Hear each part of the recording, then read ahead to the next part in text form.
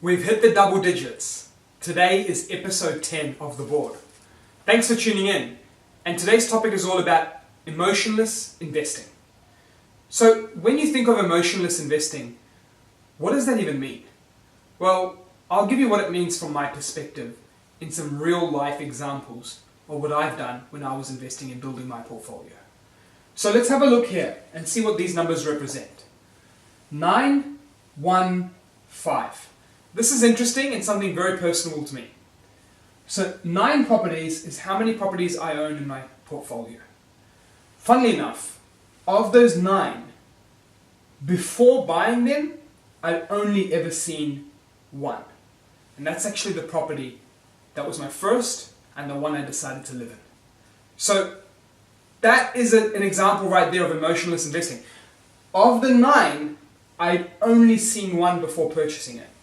Now, buying property is a massive financial decision, and there needs to be a lot of emotion taken out of that for me to be able to say, I went on to purchase 8 properties without even seeing them in person. So what's this next one then? 5. Well, 5 is actually the number of properties I still haven't seen. So I started my first property in 2015, and now 3 years on, I still haven't seen 5 of them. Arjun, are you crazy? What's wrong with you? What are you doing? Whoa, whoa, whoa. This is an investment, not a place I'm living in right now. So I wanted to share that with you because this 5 is actually technically also 6 because one of them I saw before it was being built in terms of the land site, but I actually didn't get to see it after it was built. So technically it's actually 6, but let's just call it 5 for now. The importance of me sharing this with you is that there were a few things that went on my mind when I was looking to invest at the start, as well as maintaining and growing my portfolio. Now, these are the 3 things here. Number 1 was the numbers. There are so many statistics, so much data, photos, so forth that go on to property in terms of giving you the information that you need. Times have significantly changed, and the data that's available today allowed me to make the decision on my 9 with the 8 specifically, where I actually did not have to go and look at it to make the decision. But is numbers just enough? No, it's not. But for some it could be. In my eyes, it's a combination of numbers and professionals.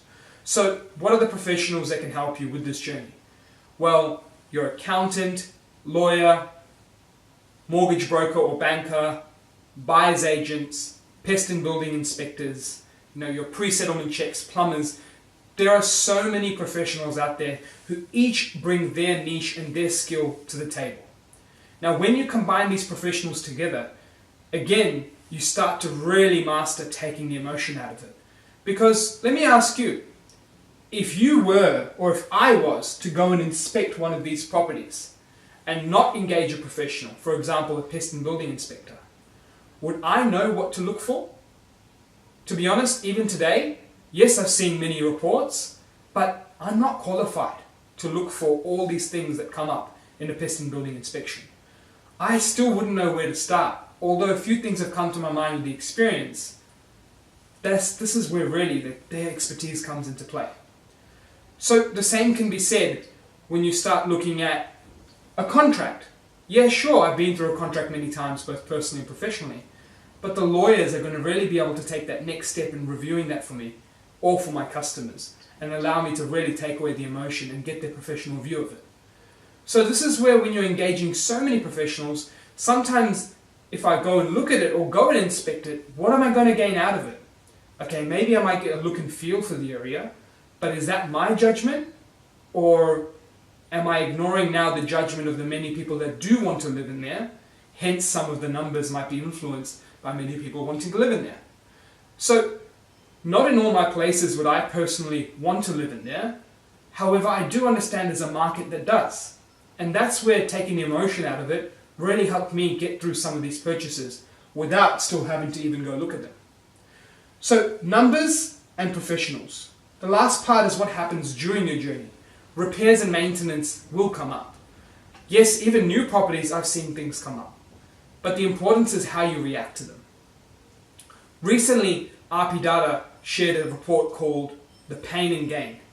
And one thing I found that was quite consistent to this report were people that sold in their earlier years of ownership were making losses at a higher level or a higher scale compared to those people who held the property for longer. That doesn't mean, though, in all cities, in all places, if you hold it for a long time, you're going to make that money. But there was a theme across most of the cities that this was the case. Now, assuming the repairs and maintenance came up, and you emotionally were trapped with the idea of, oh no, this maintenance is going to cost me a lot, or this issue will cost me a lot. If you weigh that maintenance or repair or issue compared to the goal that you had set yourself for how much wealth you wished to create or wanted to create from your portfolio, I assure you that that number would have been quite small. Yes, there are some occasions where they can be quite catastrophic, but those are, I guess, more unique and more different to the ones that I'm talking about. Now, I've had repairs and maintenance occur on some of my properties. Recently I had something that took me back $3,500. However, I had insurance in place, I had paid the excess, and there was only about $1,000 that came out of my pocket to cover this excess. So, not all things are covered by insurance, but these are some of the reasons why we prepare and why I wasn't emotionally trapped when this happened. Arjun, calling you to say there's a huge repair, this has come up and that has come up. Okay, let's breathe, let's take a moment, let's review what's happened. Am I covered for this? What necessary evidence do I need to put together and provide to the insurance provider? So these are sort of things that we should really start taking when considering property. The numbers, engaging professionals, and ensuring that you aren't reacting or overreacting too heavily to the repairs and maintenance that come up. That's my story on emotionless investing for my personal situation, as well as my thoughts for some of my customers. That's it from us here at InvestorKit, the experts in wealth creation, helping you take action.